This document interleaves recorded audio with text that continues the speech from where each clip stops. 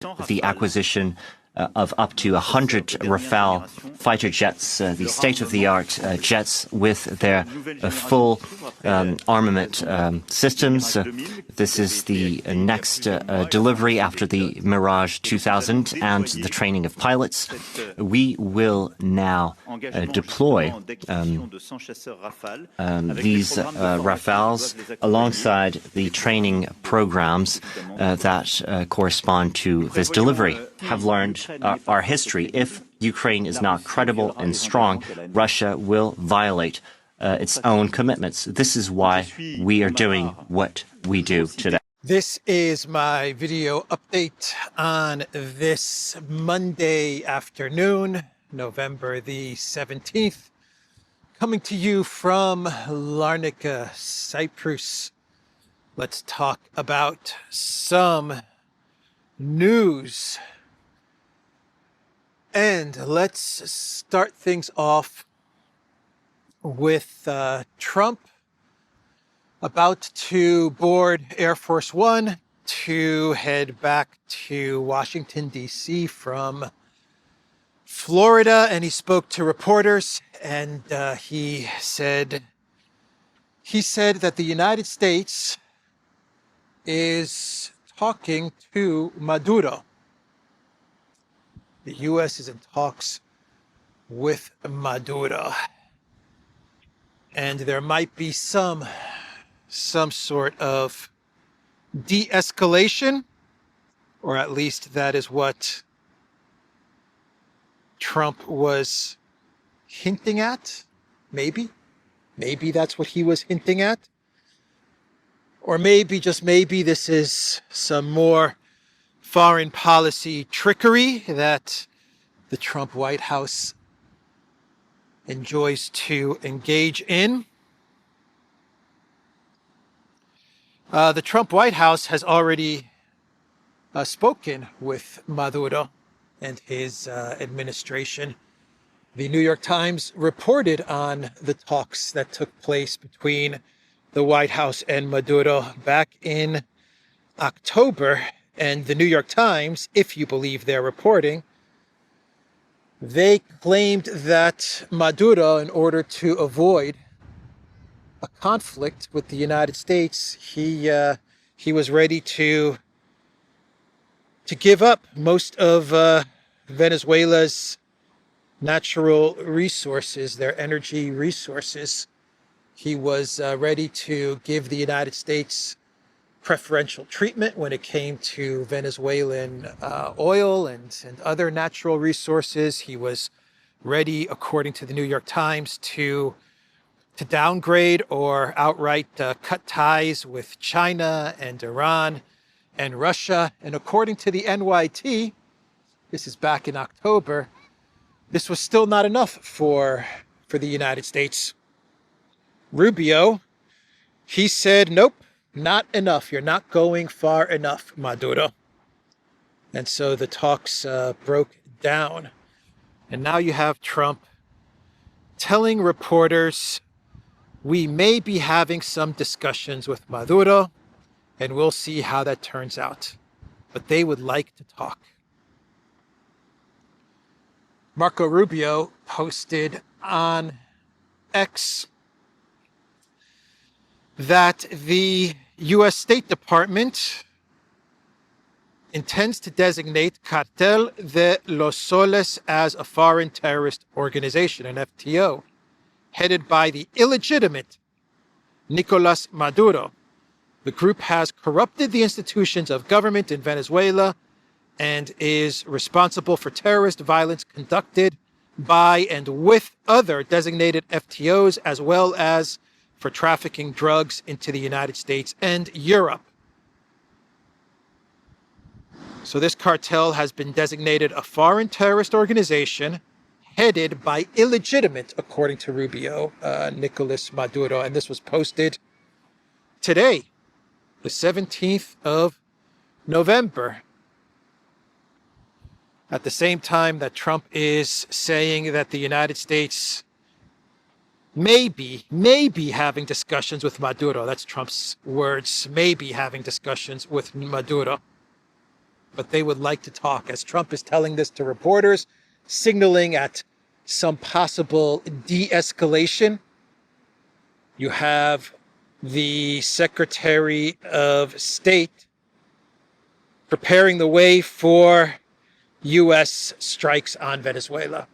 There is no other reason to designate this cartel as a foreign terrorist and then say that it is headed up by Maduro, who is illegitimate, according to Rubio, unless you were preparing some sort of strike on Venezuela and perhaps some sort of decapitation strike or regime change. That is the only reason that Rubio would post something like this on X. My thinking is that the Trump White House is indeed in talks, if you want to call it talks. I would say it's more of the Trump White House is giving Maduro an ultimatum. Either you leave Venezuela, exit Venezuela ASAP, or else we are going to be launching our strike on your country. I think that is what is going on here, if I had to take a guess. So Trump also told reporters that Congress is putting together some sort of legislation which will punish countries that do business with Russia and also Iran. Mainly it's doing business with Russia, but Trump told reporters, I also told them to put Iran in there, and Trump was very proud of that. He was very proud of the fact that he also thought of Iran as far as this legislation is concerned. So basically, any country that does any kind of business with Russia and Iran, oh boy, it's warm. It is very warm. Oh my God. It's getting kind of cold for Cyprus. For Cyprus, it's getting kind of cold, but the water is still fairly warm. But Trump is basically saying any country that does business with Russia or Iran will face embargoes. An embargo. It's an embargo on Russia. It's an embargo on Russia. Any country that does business will be punished. And what Trump is announcing is that Congress is putting together an embargo, a blockade on Russia and on Iran. That is what Trump told reporters, and he's cool with it. He approves all of this. He thought of Iran, but he's absolutely cool with Congress, also known as Lindsey Graham, putting together this type of legislation. Escalation. An embargo, man, that is a huge escalation. A blockade embargo is a massive escalation. And you know what's going to happen, right? You know what's going to happen if this actually is approved. Then what's going to happen is that countries are going to stop trading with the United States, man. That's what's going to happen, man. He's going to piss off just about every country in the world, with the exception of the collective West, and the collective West will still trade with Russia because they have to. They'll have some trade with Russia. Even the European countries will have some trade with Russia. But basically, this is going to piss off just about every country on the planet. Starting with BRICS, starting with China, starting with India and South Africa and Brazil and all the members of BRICS. Yeah, they're not going to like this latest move from Trump. How do you embargo? How do you blockade Russia? How do you punish countries that do trade with Russia? You're talking about oil and gas and minerals and food, wheat, metals, timber, you name it. Russia's got it. You name it, Russia has got it. The United States is doing trade with Russia, right? They're doing a ton of trade. Well, not a ton of trade, but they are doing trade with Russia. Uranium, right? So anyway, that's what Trump announced. Russia's reaction to all of this is that they think that Trump is someone that they can talk to. That was Ushakov's response to reporters who asked him about Putin's presidential aid. They asked him about talks with the United States and what's going on. And he said that, look, Alaska is still on the table and that there are some talks going on with the United States, but we have to start with what was agreed on in Alaska, which is essentially Istanbul Plus. But he also said that that Russia still views Trump as someone who they can negotiate with. They see Trump as someone who takes into consideration the root causes of the conflict in Ukraine. So as the United States, as Trump is talking about blockading Russia, which is going to backfire bigly on the Trump administration, as he's talking about this, and as Congress is preparing this, the Russian side is saying, yeah, Trump, we're down with Trump. We can deal with Trump. I like it. I like it a lot. Oh, man. Incredible stuff, man. Incredible stuff. And that brings us to the Green Goblin. Since we're talking about incredible stuff, let's talk about the man who is now decked out in some very posh black suits without the tie, but he's still going with the black getup, and he is on a tour of Europe. Zelensky is touring Europe. He is on a road trip across Europe. He was in Greece yesterday, and today he landed in France. To get some Macron hugging, some Macron hugging action. Yeah, corruption scandals in Kiev, front line completely collapsing. Russia advancing in 5 different regions. Zaporozhye collapsing, Kupiansk captured, Pokrovsk captured, Mirnograd captured. $100 million energy scandal with gold toilet seats. And what does Zelensky do? He does what he always does when he is in trouble. That is what he is doing. He gets on a plane and he goes and sees his buddies in Europe so they can comfort and console the little green goblin. How are things going, little green goblin? Are you okay? Yes, I'm okay, Mr. Macron. It's been a very difficult couple of weeks. You understand. Yeah, so Zelensky number 5 meets Sauvignon, Dior Sauvignon. Zelensky number 5 and Dior Sauvignon. And they were happy to see each other. They were so happy to see each other that they even signed a big military deal. A big military deal is what they have signed, France and Ukraine. Ukraine is going to get a whole lot of weapons from France. And the French people are going to pay for these weapons. The French people are going to pay to give Ukraine weapons. That's the kind of deal that they put together. Because Ukraine doesn't have the money. Ukraine is broke. Ukraine is going to be completely broke and bankrupt. No more of the money that the collective West has been giving them. That's all gone. It will all be at zero by April. And even Ursula is sending a letter to all EU heads of state telling them that Ukraine needs 137.5 billion euros. I think that's the number that she put it at, according to Reuters, if my memory serves me correct. 137.5 billion euros, or $137.5 billion is what Ukraine needs in the next few months. And if we can't get that money from the Russian frozen assets, well, then EU member states are going to have to pony up the money.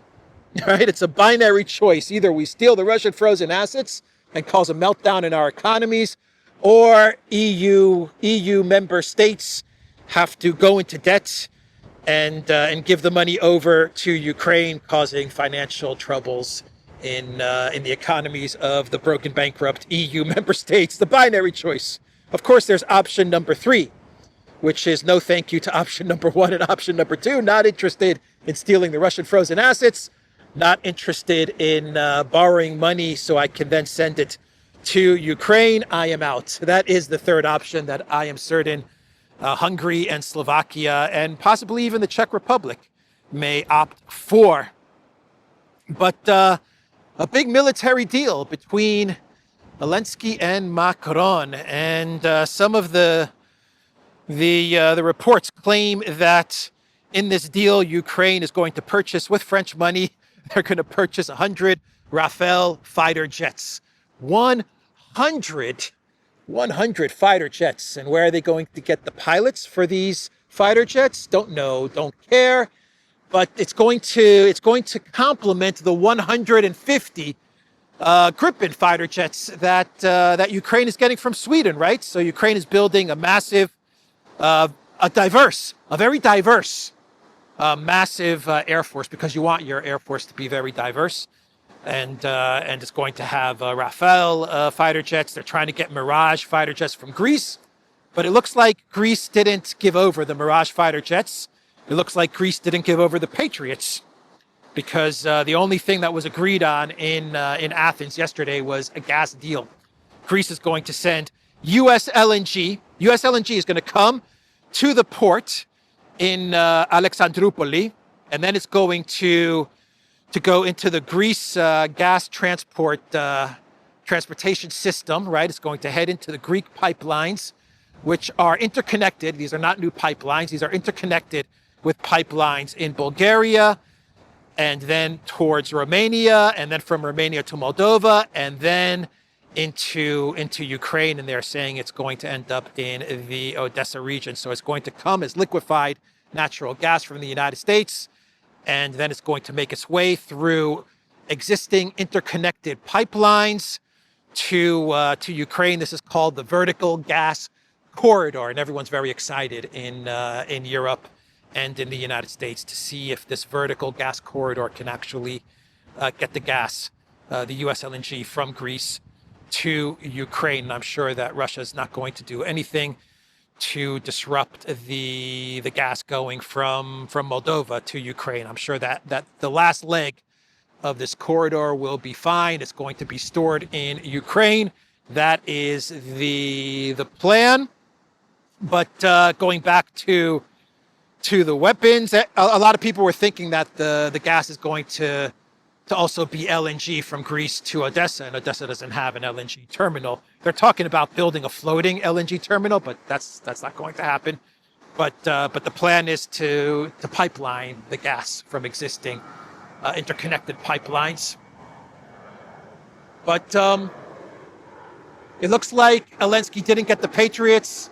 It looks like he did not get the Mirage from Greece, but he's going to have 100 Rafale and 150 Gripen, and 0 pilots, right? 0 pilots, French and Swedish pilots, I guess. NATO pilots is what we may be looking at. So that's what's going on with Zelensky in France. Umerov, he's still missing, man. Umerov is still missing. He took off 6 days ago. Allegedly, he went to Turkey to sort out a prisoner exchange with Russia and Ukraine, and then he somehow ended up in Qatar. And now, who knows where Umerov is, the one-time former defense minister and an Zelensky insider, and someone who, according to Ukraine media, is very much under investigation for the Aned Gatum $100 million scandal. He is one of the people that NABU is allegedly investigating in this scandal, and he has gone missing now for 6 days. Surprise, surprise. And Zelensky's approval rating has taken a huge hit from this scandal. Ukraine media is reporting that Zelensky's approval is reaching Keir Starmer levels. It has dropped 40 points since the outbreak of this scandal. Alexander Stub, the leader of Finland, he gave an interview to the Associated Press, I believe. Mr. Stub sat down with the Associated Press and he gave a very insightful interview to the Associated Press, which focused on Project Ukraine. What else is Alexander Stub going to talk about in his perfect, excellent English? I have to admit, Alexander Stub, his English is much better than my American English, and he said that there will be no negotiations, no deal in Ukraine, in the fighting in Ukraine, at least not for 2025. And most likely we may start to get some sort of a negotiation in place or get started in the spring of 2026. That is what Stub said. No Ukraine ceasefire this year. Truce or peace talks could take place by next spring, said Alexander Stub. And then he went on to say that the collective West needs to give more money and more weapons to Ukraine, and Ukraine needs to strike deep into Russian territory, very deep into Russian territory. That is what Ukraine needs to do, to strike very, very, very, very deep into Russia. And then he was asked about the corruption scandal. You want to give more money to Project Ukraine? And the Associated Press journalist said, what about the corruption problems in Ukraine? What about this $100 million scandal in Ukraine? What are your thoughts about that? Perfect English, Alexander Stub. And Stub, he said, look, corruption no good, but my buddy Zelensky, he's going to, or he should get it sorted and cleared out. Right? No problem, man.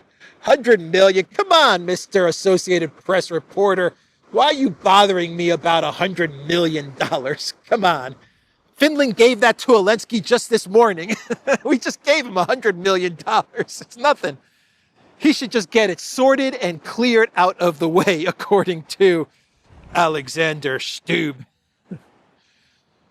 So, staying with scandals, let's go back to the United States and talk about the Epstein files. The Epstein files. Not the X-Files, the Epstein files. And Trump has done one of his biggest and best flip-flops. He has done a big flip-flop.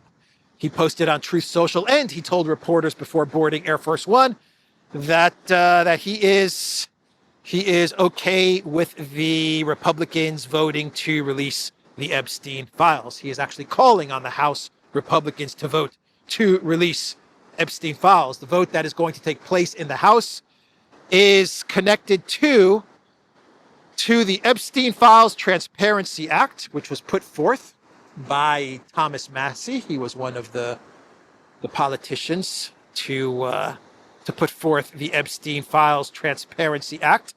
Someone who Trump does not like, someone who Trump is trying to remove in primary. But anyway, it looks like Massie's Epstein Files Transparency Act is getting the votes that it will need, or will get the votes that it will need to pass. And this has put Trump in a very difficult position, because the House does look like it is going to approve this act. Then it will go to the Senate, where it's very, very likely the Senate will vote to approve this act. And then what's Trump going to do?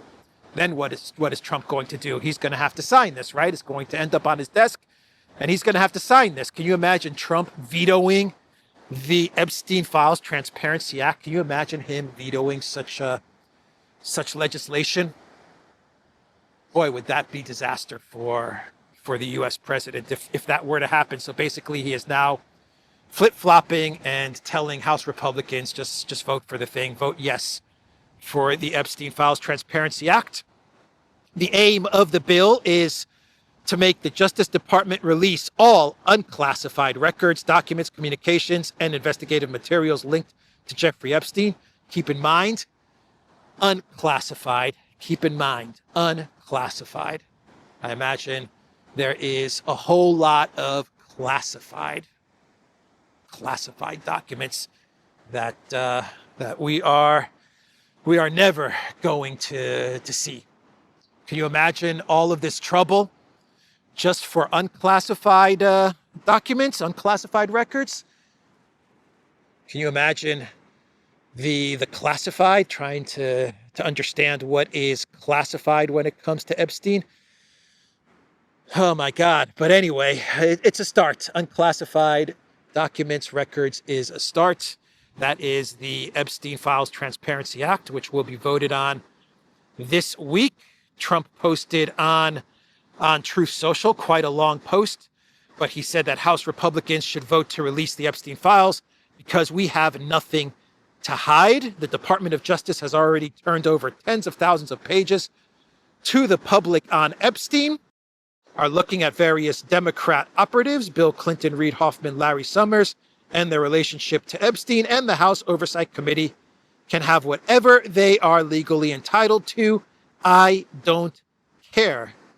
Trump said that he just wants Republicans to get back on point, all caps, back on point, and I don't care is in all caps. So now Trump doesn't care. Just doesn't care. I really don't care. Vote yes, whatever. I don't care. That's his new position when it comes to the Epstein files. He still calls it a Democrat hoax, by the way. He said that in his Truth Social post, and he is claiming that the release of these files will do more damage to the Democrats. If that is the case, then why were you making such a stink over this?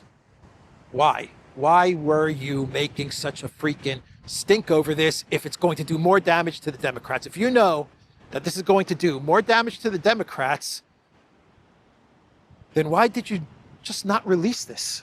I mean, what is the thinking here, Trump? What is the thinking?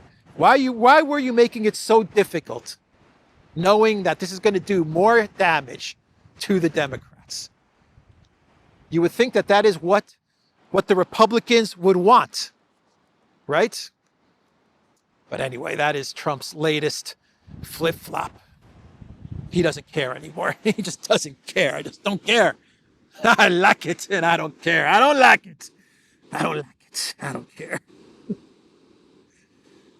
Oh boy, he was also asked about Marjorie Taylor Greene by reporters. MTG. She actually apologized, not so much to Trump. I mean, it was an apology to Trump in a way, but basically she told CNN, Dana Bash, that she just wants the political toxicity, the fighting to stop.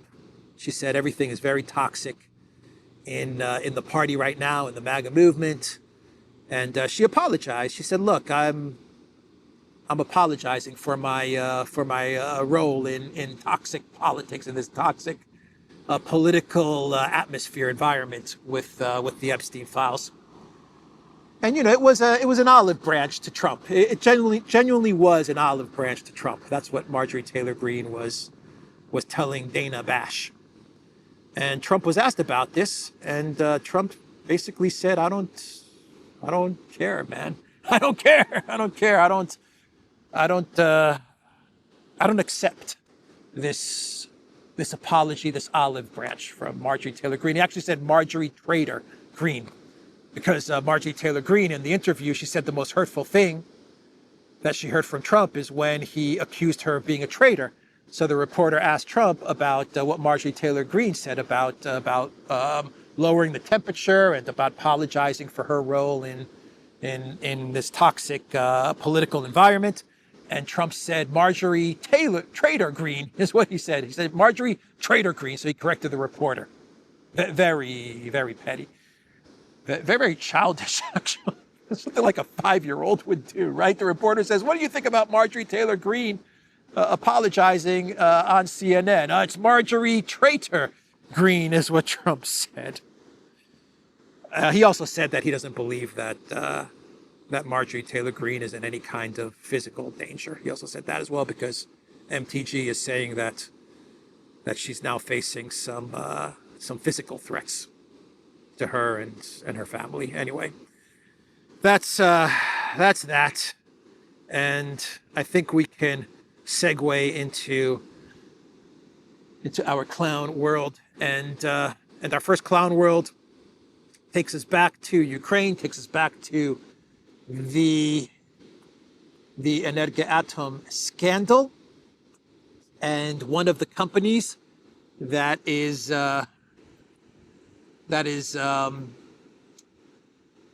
implicated indirectly in this scandal, maybe directly, but they've denied any wrongdoing, is Firepoint, which was Mindich associated, Timur Mindich, who is now he's out of Ukraine. He's the ringleader of all of this, according to Nabu. He bolted.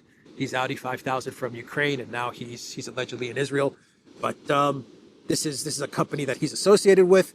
It was an entertainment scouting agency, and then it became a drone manufacturing juggernaut, a Goliath of a drone manufacturing enterprise. They even scored, according to the New York Times, $1 billion drone deal. And it's not only drones, it's also the super duper unstoppable Flamingo missile that they're also involved in. Anyway, Firepoint denies any involvement whatsoever in all of this Aned Gatum $100 million scandal. But in order to perhaps in order to get some krisha, they have appointed Mike Pompeo to their advisory board. This really does remind me of Burisma and Hunter Biden. Really does remind me of the whole Burisma Hunter Biden thing. But they're now turning to Mike Pompeo. Get a little roof over your head there with some krisha. At least that's how it looks.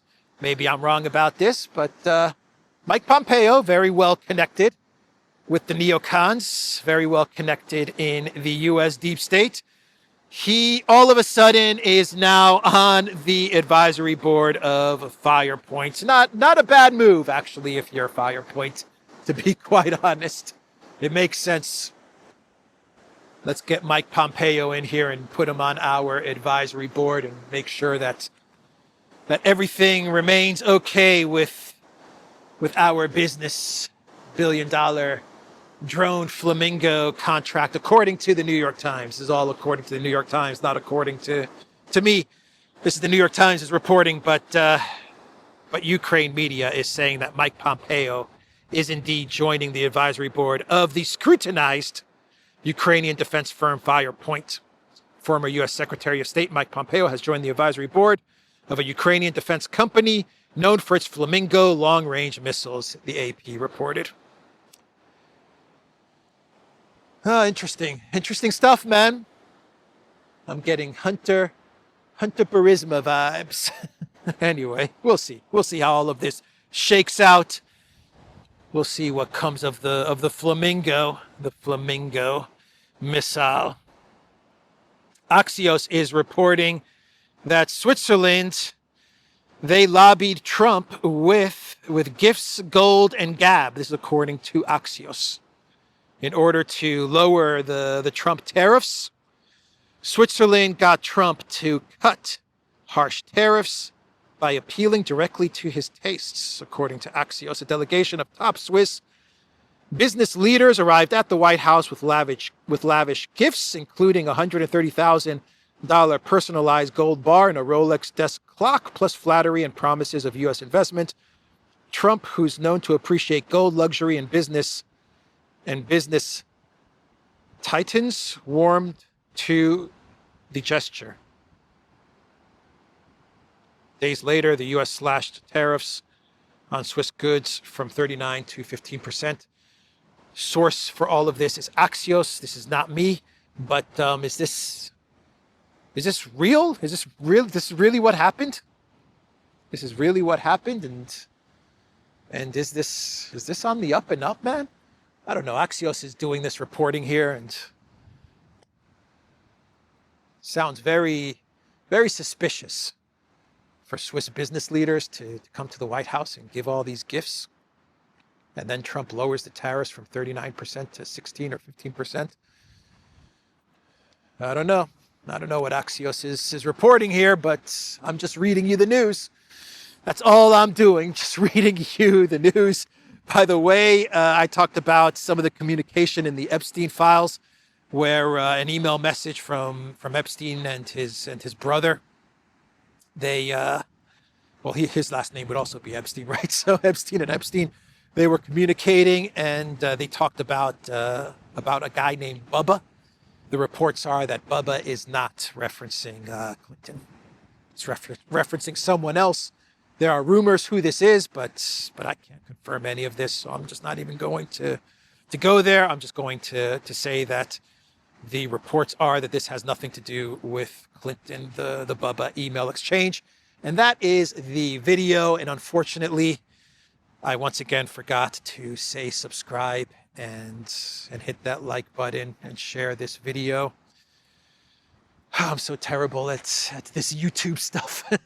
Anyway, subscribe to this channel, share this video, hit that like button,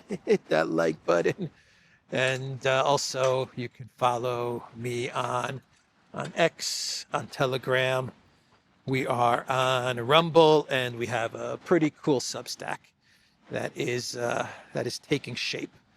Just started on Substack, but I think it's going to be pretty good. So check that out as well.